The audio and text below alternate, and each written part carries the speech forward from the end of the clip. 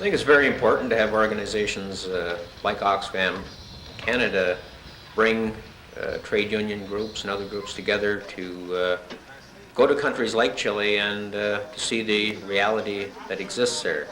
It gives me as a trade unionist a better understanding of the social, political, economic climate in a country like that, to really sense the oppression that exists there. Before I went on the trip, I had read quite a bit, and I don't think any amount of reading could have really prepared me to what I actually saw when I went there, especially in terms of the repression that people live under.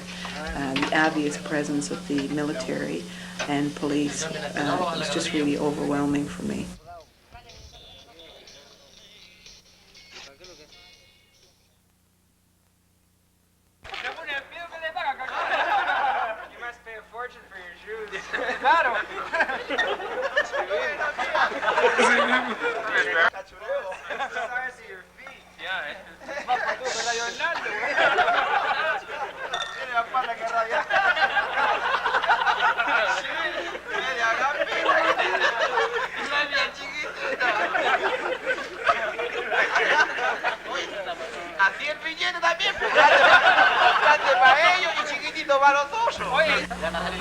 The thing that sticks in my mind most about my trip to Chile were the people and their strength and their pride in their country. It was a beautiful country, and looking at the people and the conditions, the repression that they live under, really has stuck in my mind. I think despite the problems they're having in this country, the people really want to show that they are proud of what they have and proud of the things they do. And another thing is that I don't think here in Canada we've ever had to, well, of course we've never had to live without our democracy, so it's something that we've always taken for granted. And I think that, you know, we certainly have to pay more attention to what's happening in other countries, because it could be us next.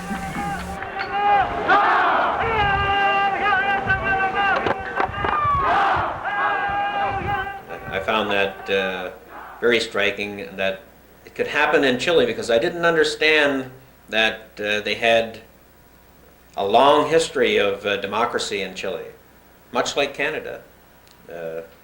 Much the same as the situation that we have here in Canada, and all of a sudden they turn around one day and everything's gone.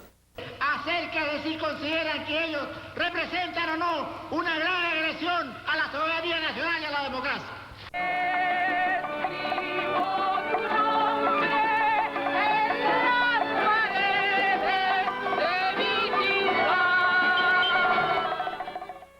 I was really surprised walking the streets of Santiago and finding myself almost in the same atmosphere as you would in the Spark Street Mall in Ottawa. But the type of housing situation that they have to go back home to when the day is over is almost a totally different world. The fronts of the buildings remain the same, but inside the area has been divided up so that there's a number of families living in a very small area. It became quite clear that there's ever increasing levels of alcoholism, family violence, in particular violence against women. You also have an increased level of family incest. And I talked to people who told me about Chileans who knew that their children, young women of 13 years of age, were out prostituting in the streets. And then it was like across the street, and here we are in this beautiful city with all this money, and it was very such a contradiction.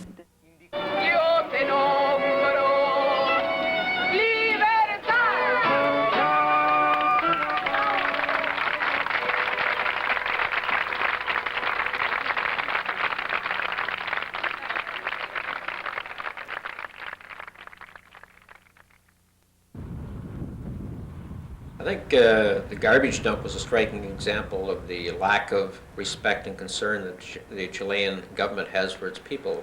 They put a dump in the city in very close proximity to nice housing. People who live in the vicinity have a lot of methane gases escaping into their homes, and this methane gas is causing a lot of destruction, so that the dwellings themselves are starting to deteriorate, and a lot of the people who are living in that area are very sick. The worst thing is that they are affecting our dignity because they say that we are ignorant, that we don't know what is going on with our own bodies. Exactly, no. Closer to the dump, there were people actually living in the dump, and like I have never seen anything like this before. And little children going through the dump, and after the garbage trucks had been in and dumped whatever it was they had there, the children would be over picking out different things and see what they could salvage from the dump. There was a constant fire burning in the dump, so that the whole area was covered in smoke. I'll tell you that people who live there for any length of time aren't going to live long. The smoke and the stench, rats and disease that goes with that.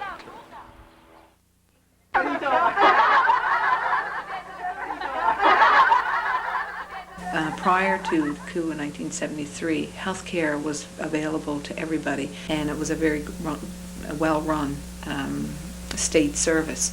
And I think now the emphasis is on getting these people to go back and demand from the government proper health care. People can go to a hospital, but the poor people have to go through a lot of red tape to finally get themselves into a hospital. They're sitting in hospital lobbies, taking numbers and lining up with hundreds of other people to get hospital treatment, and it reaches the point where people say, what's the use of going to the hospital? I might as well just stay home and do my suffering here instead of sitting in the lobby waiting for treatment that may never come anyway. There was obviously very little money put into overall maintenance of the hospitals, so the hospitals look quite dirty. We're so, in our training, we're so caught up in maintaining sterile technique and the importance of cleanliness, and even the general appearance of the building wasn't what we would expect here in Canada. But the thing that really came to my attention, that even though the working conditions were very poor, the people that worked there were very caring about the people that they were serving. And I think they were doing the best they could under the circumstances. The actual facilities that people had to work in were very restricted in terms of resources that people had to work with.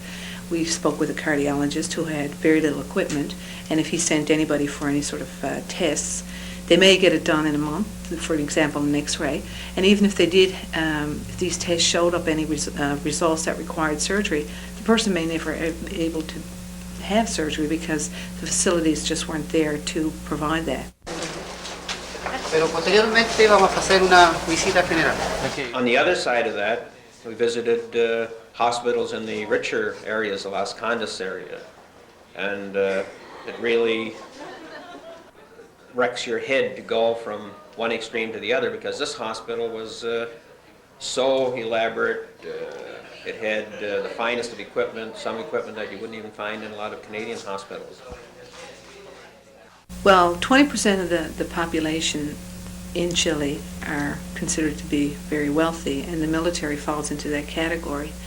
The military, apparently, we were told that there were 7 CAT scanners in the country, and 4 of those were owned by the military. So the military can avail of all the best healthcare services either in the country or can be sent abroad.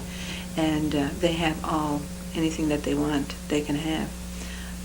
Then for the other part of the population who are very wealthy, then there are private-run clinics and hospitals. For me, it was something to come back to Canada, because I wasn't feeling too well when I returned, and I had to go to the hospital. And I spent about 4 hours myself waiting to get into a Canadian hospital. And the lineups here are getting longer and longer, and it was just another example of how this system that has been developed in Chile is now spreading into Canada. The cutbacks that take place obviously affect how long you're going to wait in line, the type of services that you're going to get when you eventually get served, and it's only going to get worse here because we're now going in that direction. Just recently, one of our nursing homes has become privatized, and there was very little public opposition to that. And I think that here again is an area that we have to be very careful about, because if we don't watch what's happening to our healthcare system, it certainly can go downhill, and maybe never reach the extreme that it is in Chile, but it's certainly something that we have to make ourselves aware of, and come out and, you know, support any opposition against privatization of healthcare.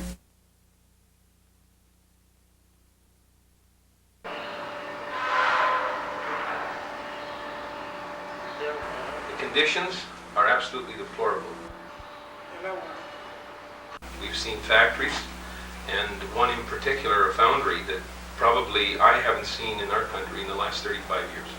Just absolutely deplorable as far as safety and health is concerned and the rest. They're restricted in bargaining. The trade union leaders that I talk to are only allotted so much time per week to work on behalf of the union. And the plaques hanging on the wall in the union offices are almost the same as the ones that we're promoting here in Canada to oppose privatization. This is the main battle that they're fighting right now. Their work is being contracted out to the private sector. Post offices are being closed down, the government-run post offices, and the work is being given out to non-union people. So it's a way of eroding the services, and at the same time destroying the union, bringing down the standard of living for the workers, reducing their wages and their rights, benefits, and protections. Concretamente, transformar a la empresa de correo como una más de las que hace correo, y serían empresas privadas que en este momento la hay y que no y que están So that would y be que operan to ilegalmente. turn the postal office service into one more private company as the ones we have right now, and that operates illegally. ¿Operan ilegalmente? Ilegalmente. What our union is saying that is the post office should be a service to the public, Lo que, to the country. lo que nuestro sindicato está diciendo es que el correo tiene que ser un servicio para el público, And not a profit-making industry. I think the issues of Chilean workers are quite the same as what we have facing Canadian workers, but they've reached a point where they realize that they're not going to make advances in health and safety issues, they're not going to make advances in wages or solve any of these other underlying problems until they change the government. I think they've reached that stage in Chile where they understand that the main focus now for them as workers has to be to get rid of the Pinochet regime.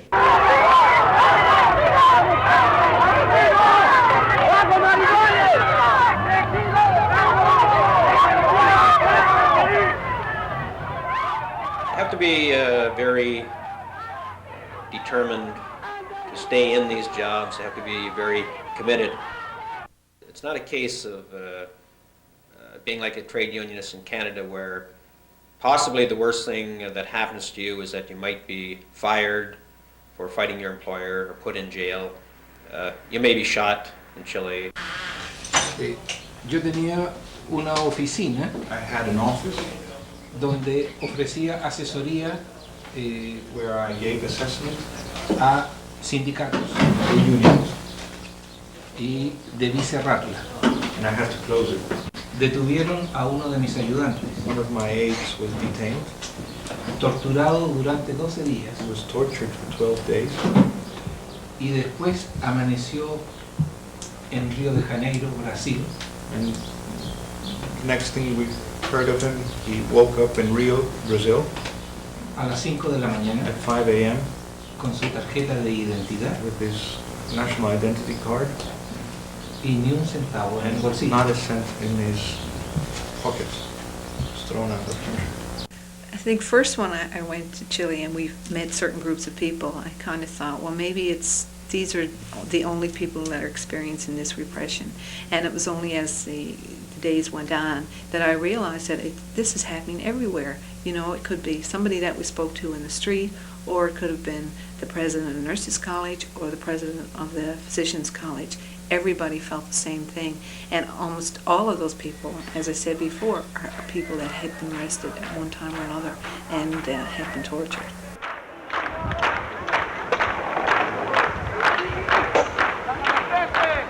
Los avances que el movimiento estudiantil ha tenido que principalmente se refiere al terreno de la democratización, a remover algunos... The student movement is quite vocal. There have been a lot of demonstrations surrounding the universities, and that has been met with a lot of oppression by the military dictatorship. Many students have been shot in the streets. When I met with the mothers of the disappeared and the rest of the group that I was with, probably was the most heart-wrenching part of the whole trip. Were a number of women, mainly mothers of students, trade unionists, activists of some sort. They didn't know where these people were. They didn't know where their sons, their daughters, or their husbands were. They just disappeared off the streets of Chile. For most part, people have never heard from their families again. We talked to one lady who told us that her daughter had disappeared, and she was coming home. She's been 6 months pregnant at the time, and she was just picked up off the street, and she's never heard from her. She said that since then, she didn't know what happened to the baby, and since then she's heard that the baby was taken and sold on the black market. I can't describe to you how I felt sitting there listening to these people tell me how their children have gone missing, and they don't know where they are and if they'll ever see them again. It was all I could do was to sit there and try and remain somewhat composed and carry on a conversation with these people. Carmen Gloria Quintana was a woman who was involved in demonstrations around the poverty in Chile, and she was burned in the streets.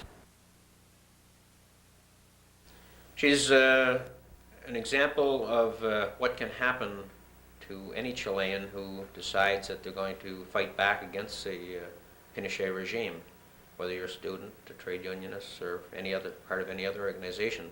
This is the real threat that you face when you take on General Pinochet. Even if you are seeing any way to try and get people organized into groups to stand out and say, stand up to the government, then that's reason enough for you to be arrested and disappear. And even people at the grassroots level who are organizing common pots, what's known here in Canada as soup kitchens, I guess. These people lived in fear that the government, if they knew what they were doing, would be coming after them and trying to dismantle the work that they're doing.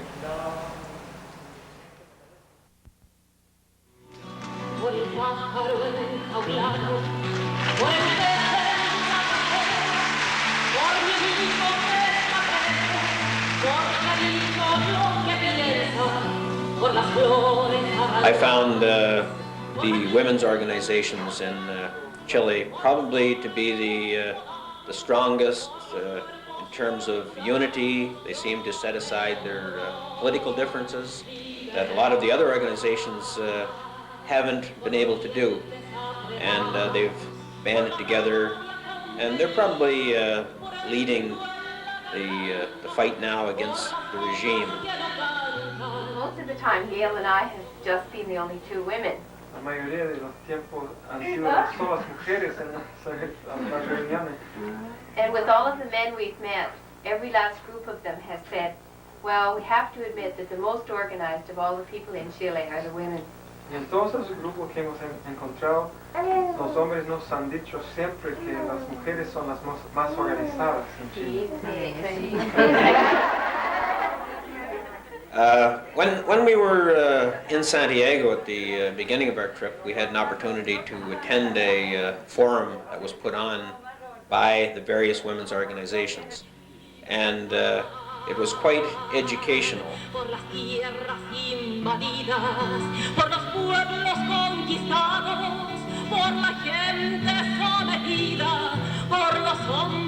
was a young woman sitting behind me, and obviously knowing that I wasn't Chilean, she wanted to know why I was there, and I in turn asked her, and she expressed a real sense of fear about going out that night and participating in that, because the military were outside in the riot gear, the gas trucks and the water cannons, and she went there out of a commitment to another woman friend, a young student who had been shot the week before.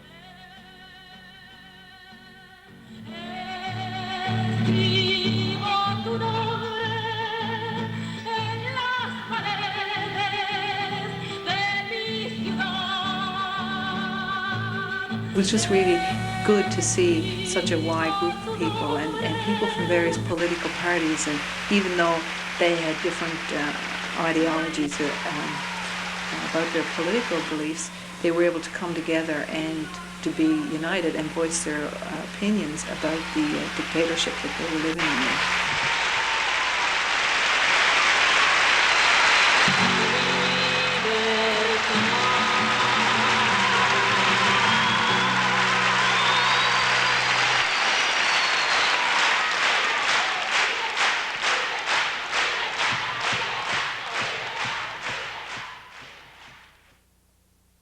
And I will tell them that the conditions that exist down here. Y les voy a decir que las condiciones que aquí existen.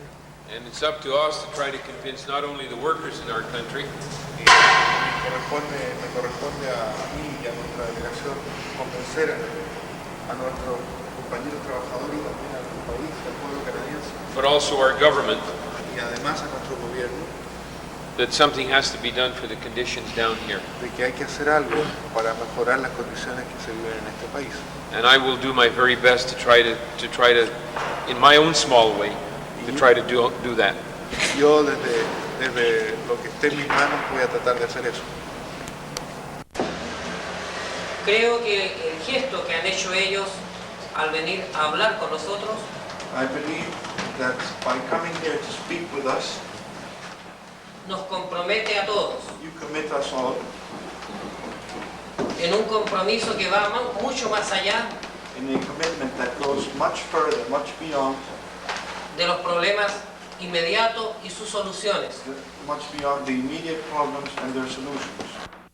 Pienso que es una lección para todos nosotros I believe that it is a lesson for all of us de verdadero y honesto sindicalismo.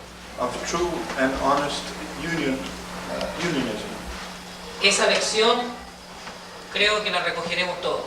That lesson will be learned by all of us. Sabremos aprovecharla We will know how to take the best out of it, y no dudo que ya se conocerán los frutos en nuestro país. and I have no doubt that the fruit of this will be known in our country soon. Ojalá mucho antes de lo que todos esperamos. Hopefully much before we all expected. Eso es todo.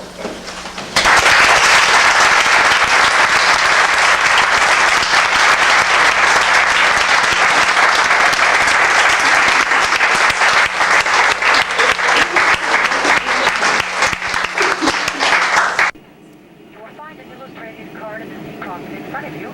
Despite the fact that Canadian workers, some postal workers are living in very tough situations, single parents, struggling to get by on a day-to-day basis themselves, I think Canadians have to understand that before their situation is going to get any better, they have to stop the oppression that exists in other countries like Chile. As long as they sit back and do nothing to help Chileans, then the exploitation will continue there, but also it'll spread throughout the world. It'll spread to countries like Canada, as it's doing now, and it'll get worse and worse for all of us. When I got off the plane in Toronto, I was like, thank God I'm home. Nobody is going to arrest me, I hope. I mean, I still had this fear, that a certain amount of paranoia. I was never so happy to get home in my life. Even though I wasn't sorry for going on the trip, I think it was one of the most eye-opening experiences I've ever had. But the fact that I was home, I was safe, I was able to walk down the street, and I didn't have to worry about some police officer coming over to me, or even the fact of getting shot. I mean, that seems to be an everyday occurrence in Chile. And at times it doesn't take a big contribution, whether it's a financial contribution or whether it's to go out and assist in some type of fundraiser. There's many things that Canadians can do. I really want to thank them for having me here. It's been a real pleasure. Simplemente decir que Ha sido un gran placer para él estar entre ustedes y quiero agradecerle mucho por recibirle así, ¿no? Espontáneamente, con todo su humor, todo el hueveo chileno.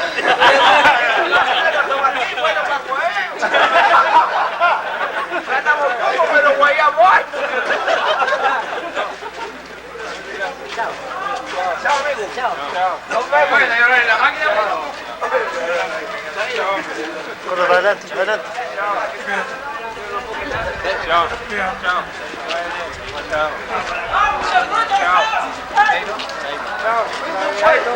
Chao.